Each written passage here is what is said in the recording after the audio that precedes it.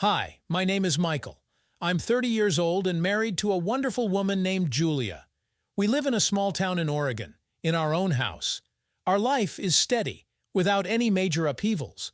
I work as a programmer at a local IT company, while Julia is an elementary school teacher.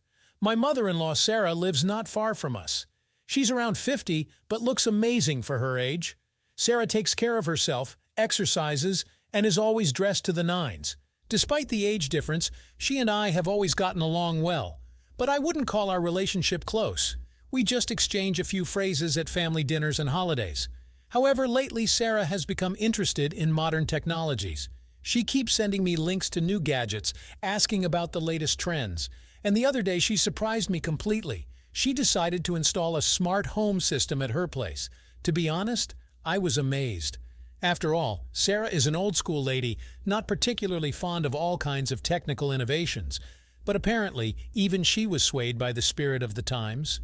Of course, Sarah had no idea how to handle this system, so right after purchasing it, she rushed to me and Julia with a plea for help, or rather, with a cry for help. Like, Michael, you're our advanced user, a real guru. Could you maybe help your mother-in-law figure out this infernal machine, huh? At first, I demurred. After all, it's one thing to use gadgets yourself, and quite another to explain the basics to a person who treats technology like an exotic beast. It takes so much patience, so many nerves, and laziness, let's be honest. The weekend is just around the corner, and instead of relaxing, I'm faced with the ordeal of dealing with my mother-in-law and her toy. But Julia convinced me. She made pleading eyes, clasped her hands. Like, please, honey, help my mom out.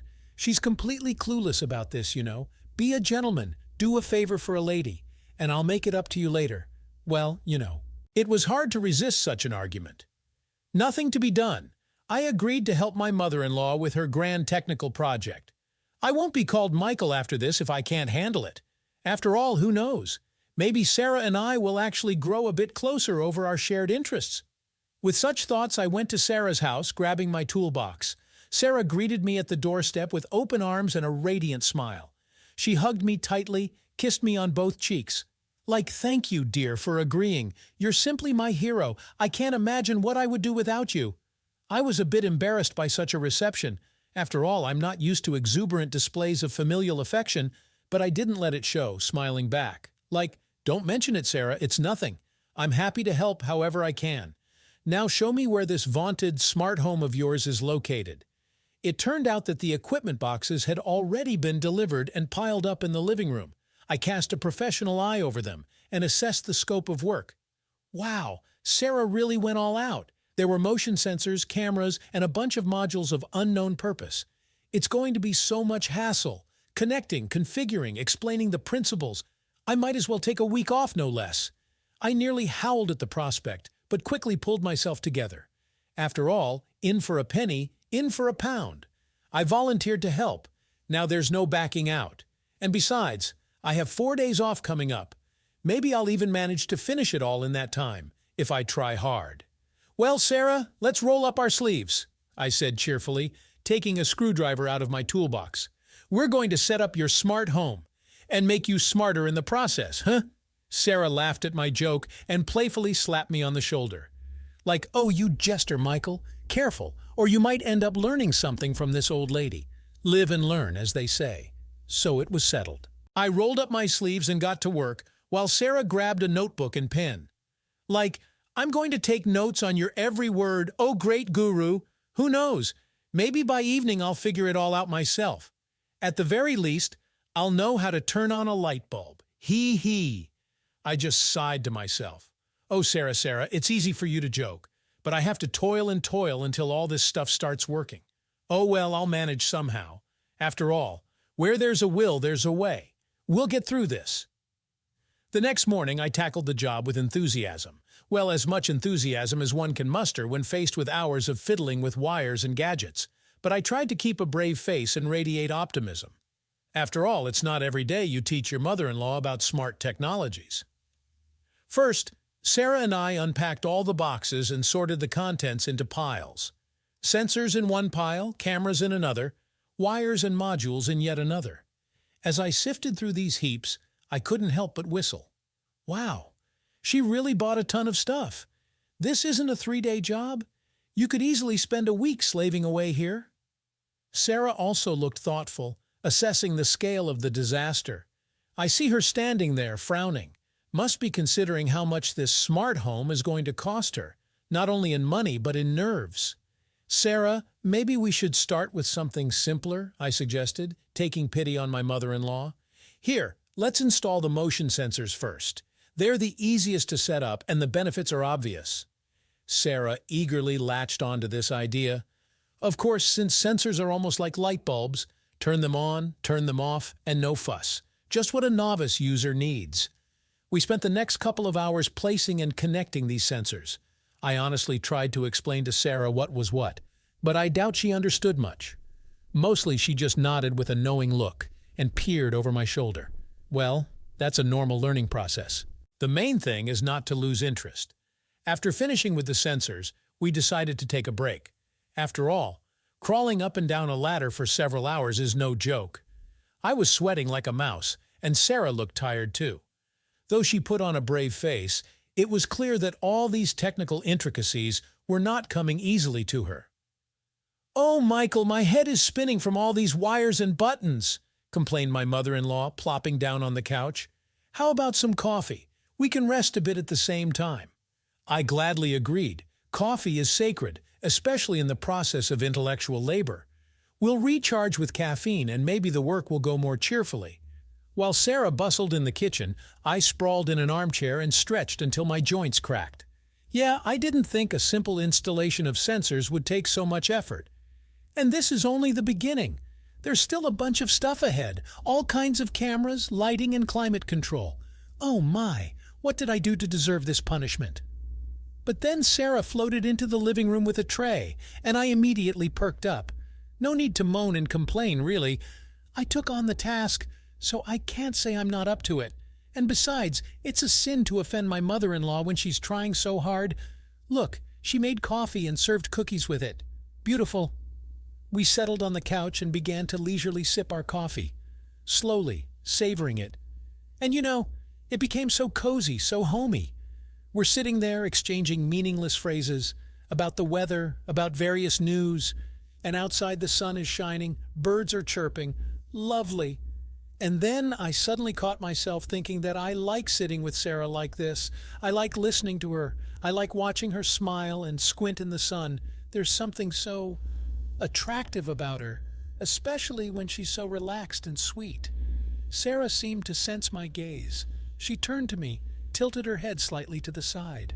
Then she smiled softly and said, "You know, Michael, I'm so grateful for your help. You're literally saving me from technological ignorance. I don't even know how to thank you." I was embarrassed and hastened to wave it off. Like, "Don't mention it, Sarah, it's nothing. I'm happy to help, after all, we're family. We have to help each other out in times of need." And yet, Sarah leaned a bit closer and playfully batted her eyes at me. "Maybe I could treat you to dinner tonight. I'll cook up something special for a special guest." Wow, what a twist! Her words and look made me flush with heat. Does this mean my mother-in-law is offering me a romantic dinner? And not just offering, almost flirting by the looks of it. I don't know how it happened. Maybe the sun got to my head. Maybe the coffee was too strong. But I suddenly found myself smiling back at Sarah, kind of meaningfully, with a squint. "Dinner sounds wonderful," I practically purred, surprising even myself.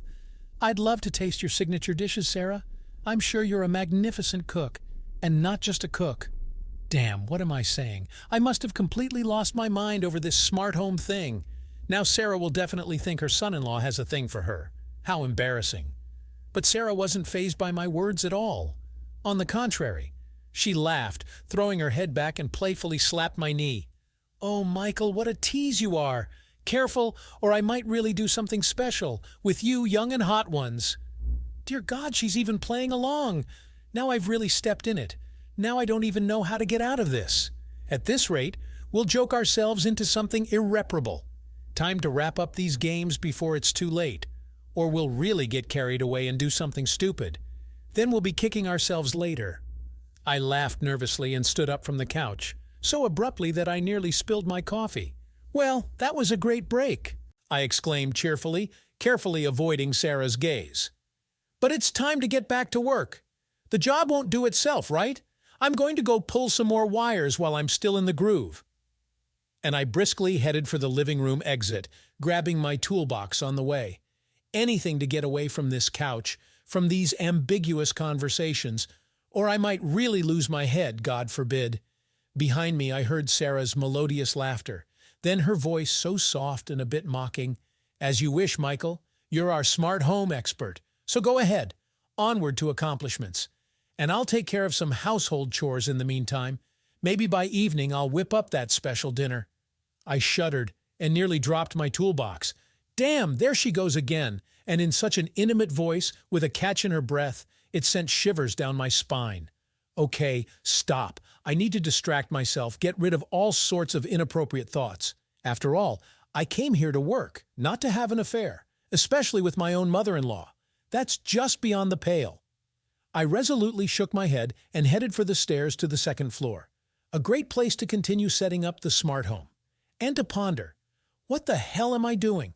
Have I completely lost all sense of boundaries?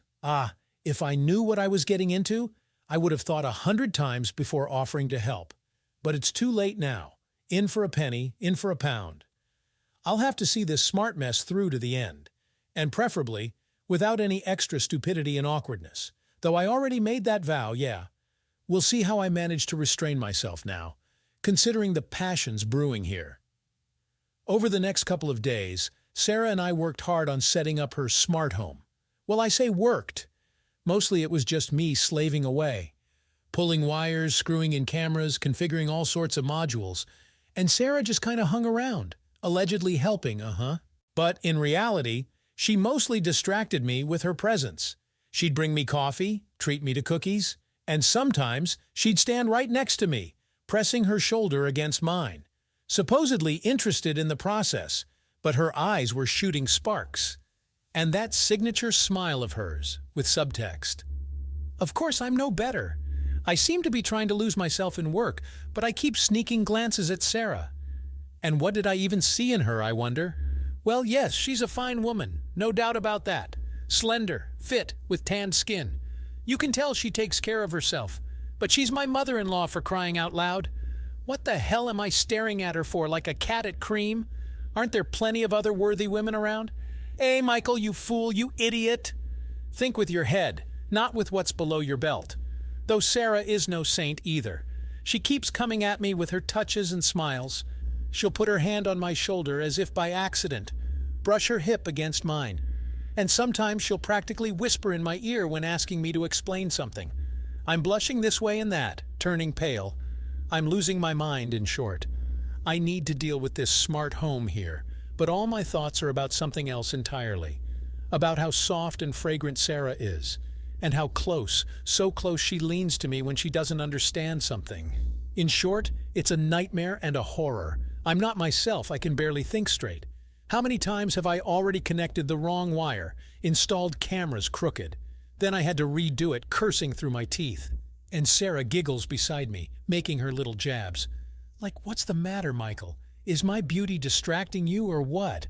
Oh, what a conniving witch. She's even mocking me, the wretch. She knows how she affects me and still pours oil on the fire. The woman has no shame, no conscience. Though, if I'm being honest, I'm not much better.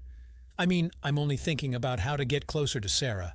I'll lean over her to fix a wire, or accidentally brush her hand.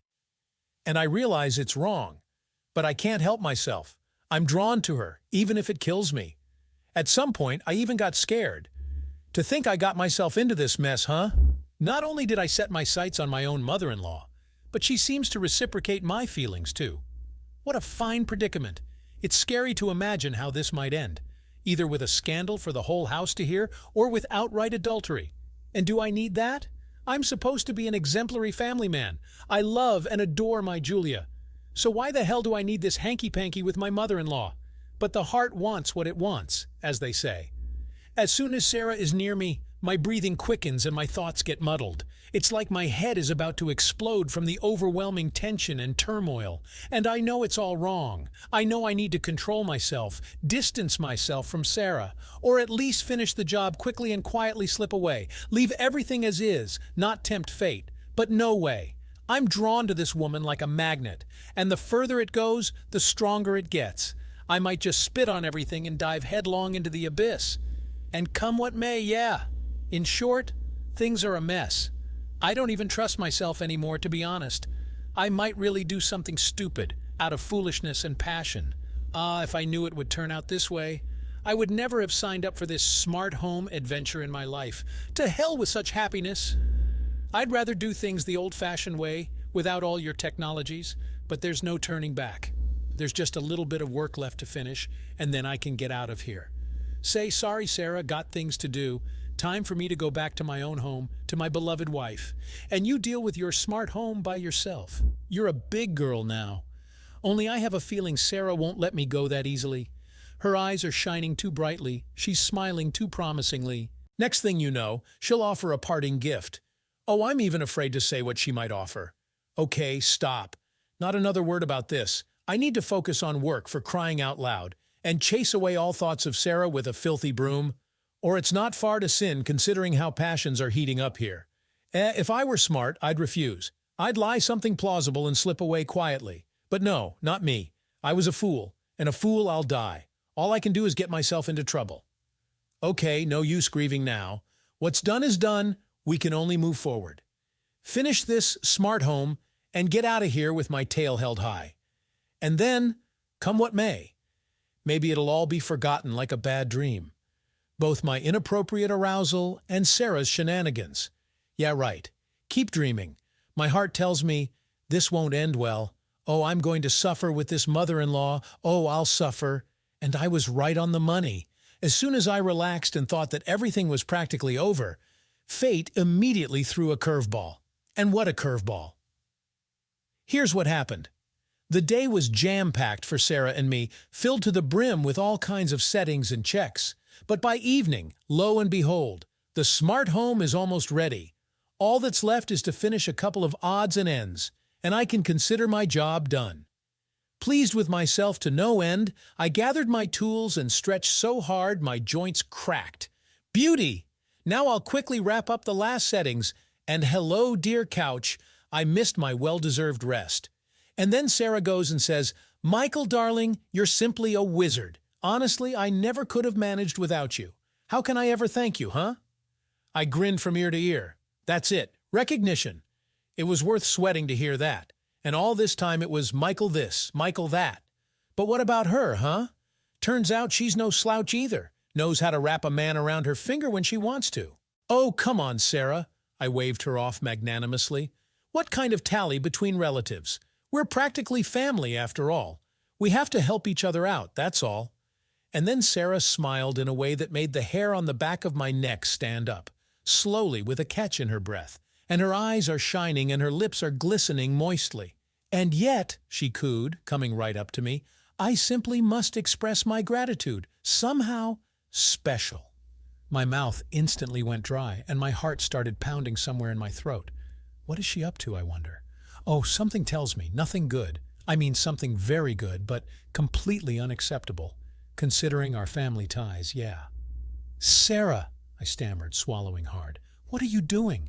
What gratitude, for God's sake? I told you, you don't need anything. I just helped out as a relative. But Sarah was no longer listening.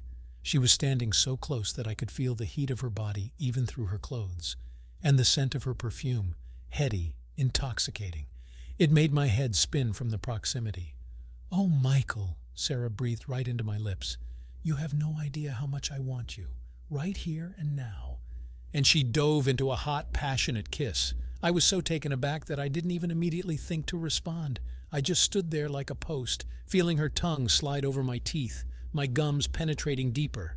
When it finally dawned on me what was happening, it was too late. My body reacted in the most natural way. My mind went blank, my groin grew heavy. All my good intentions flew out the window at once, leaving only one desire, to possess this woman immediately. I don't remember how we ended up on the couch. I think we just collapsed onto it in a single rush, frantically shedding our clothes. Fabric was tearing, buttons were flying, but we didn't care.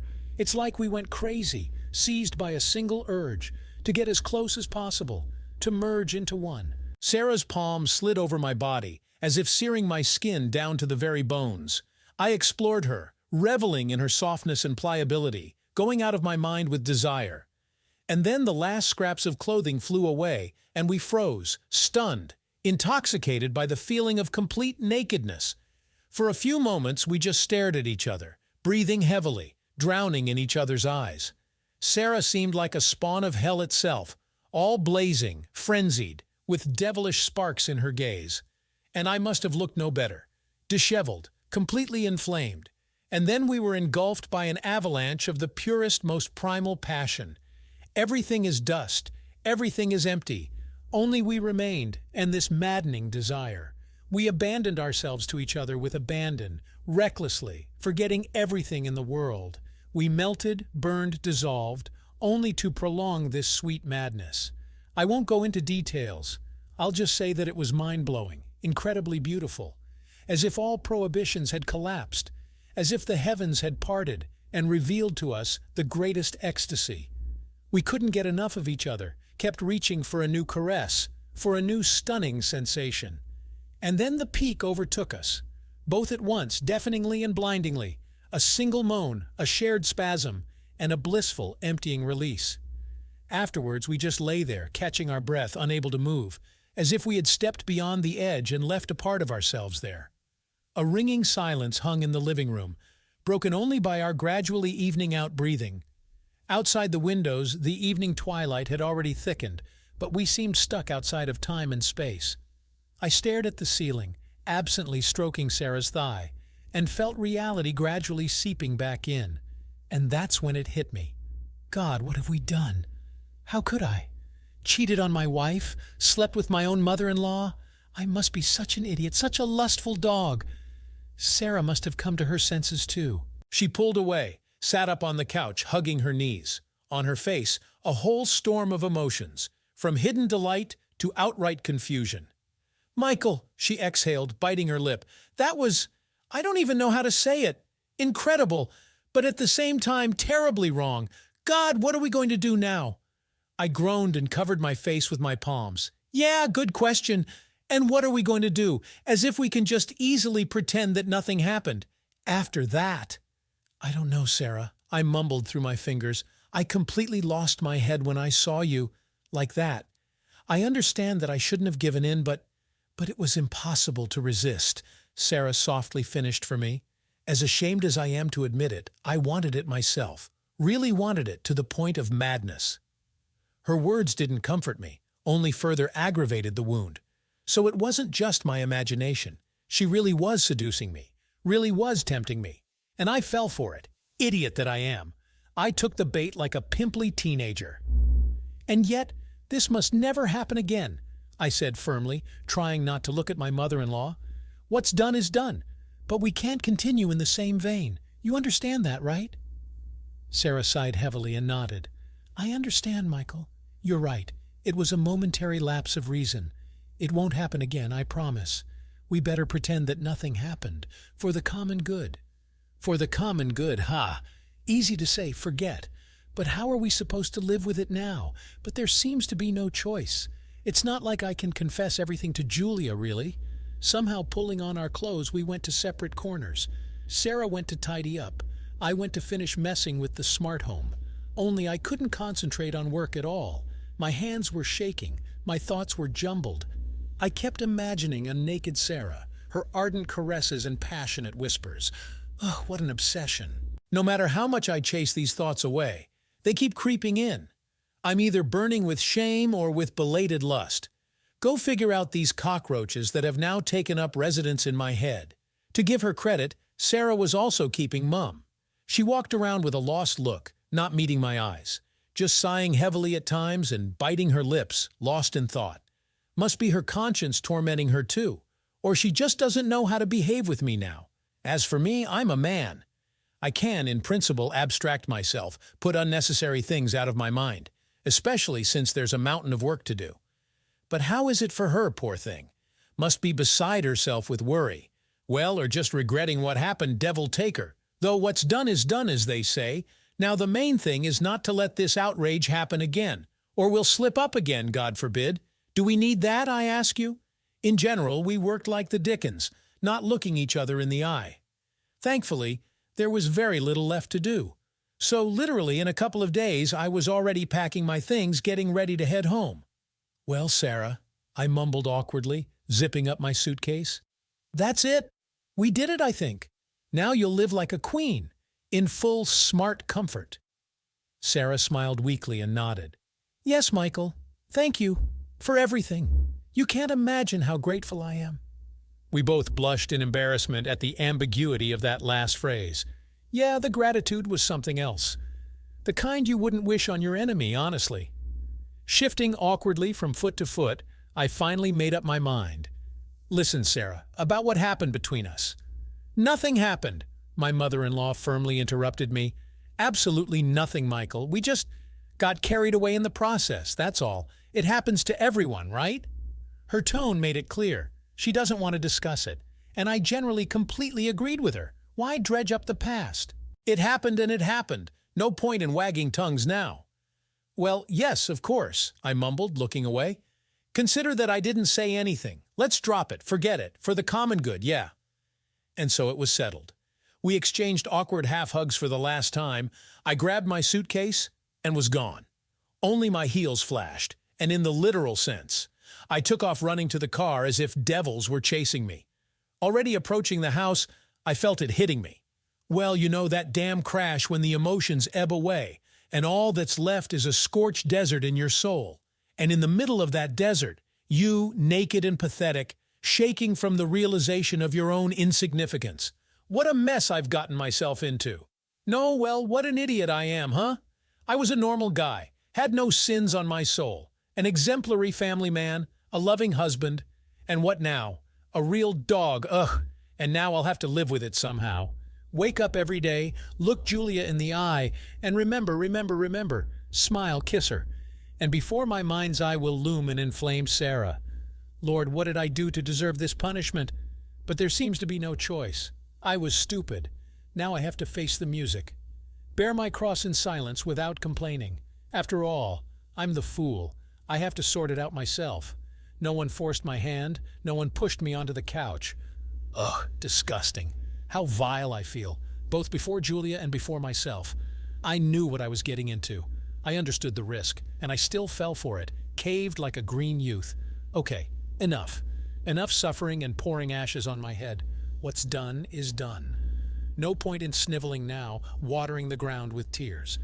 Let's consider that nothing happened, just dreamed it up drunk, imagined it in a feverish delirium. The main thing is not to blab to anyone, especially Julia.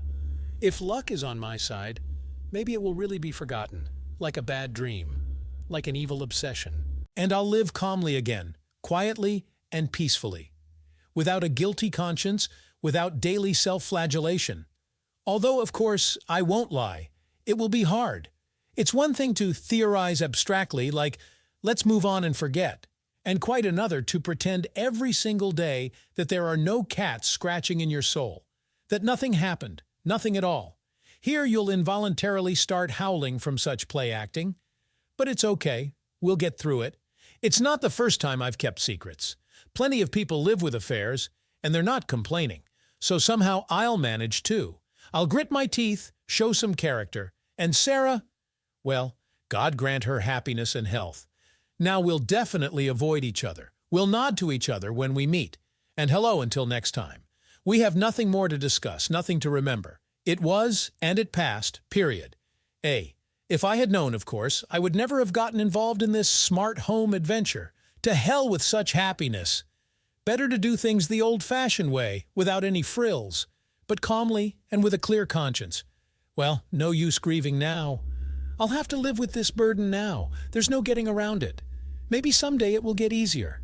It will be forgotten, stop hurting, stop burning. But for now, work, home, family, ordinary weekdays, the usual routine, and no more intrigues on the side, God forbid. I've had my fill of adrenaline. From now on, only propriety and constancy. That's the vow I make to myself, yeah. With these thoughts, I entered the house. Julia greeted me with a smile, offered her cheek for a kiss. My heart sank, my chest ached. What a scoundrel I am, huh? And how can I look her in the eye now? But I'll have to look. Smile, hug, play the exemplary husband. Or she might suspect something, God forbid. She'll start asking questions, prying. Do I need that? Exactly. So I pulled myself together, scooped Julia into a bear hug, smooched her somewhere on the top of her head, muttered the routine, "Glad to see you, honey." But inside I just shrank, froze even. How phony, how vile. Okay, seems I got away with it. Thank God Julia didn't suspect anything. She's chattering away as if nothing happened, telling me about dinner. What a good boy I am. Saved her mother from loneliness for so long. A real knight, a hero. Ugh, a hero. Yeah, saved so saved. Dispelled the loneliness, you know, only by methods that are dubious, to put it mildly. I'm sick to my stomach just thinking about it. But I don't let it show. I nod, I agree. I eat with effort, though the food won't go down my throat. And I keep thinking, how am I going to live with all this now? With the guilt, the shame, these damned memories? But there is no answer, of course. And where would it come from? I made this mess myself. I have to sort it out myself. No one will help, no one will advise. Just you and your conscience, one-on-one, until the end of your days, until your deathbed. So that's the deal, my friends. That's the plot twist in my wayward life. I was a decent man and became a dog, a cheater. And the main thing is, I don't even have the right to complain. I was the one who was stupid. I was the one who got myself into this mess. Well, what can you do now? There's no way back. We can only look forward. Go through life with my head held high, not lying to myself. Although, of course, after everything that's happened, I'll inevitably be lying. And so much that it will start bending backwards like a stalk. But we're men, right? We have to overcome obstacles, conquer ourselves. So now I will overcome, silently, without complaining. Maybe life will work out someday. It will be forgotten, it will stop hurting, it will burn out. So don't remember me unkindly, my friends. There was a friend of yours, Michael, and now there will be another Michael, more mature, wiser, a tough cookie, so to speak. Scorched by passion, burdened by sin. But what can you do? Live and learn. So now I will learn to live anew, to love honestly, without any intrigues and adultery. Said and done. Period. So to you, of course, I sincerely wish, be smart, stay away from sin. And if you do get into a mess like I did, be brave and bear your cross with dignity. Maybe someday we'll atone for our sins. God grant He'll forgive us, the unwise. Did you like this story? Let us know in the comments what you liked. Subscribe to our storytelling podcast. Also, don't forget to like and ring the bell so you don't miss more interesting stories. See you soon.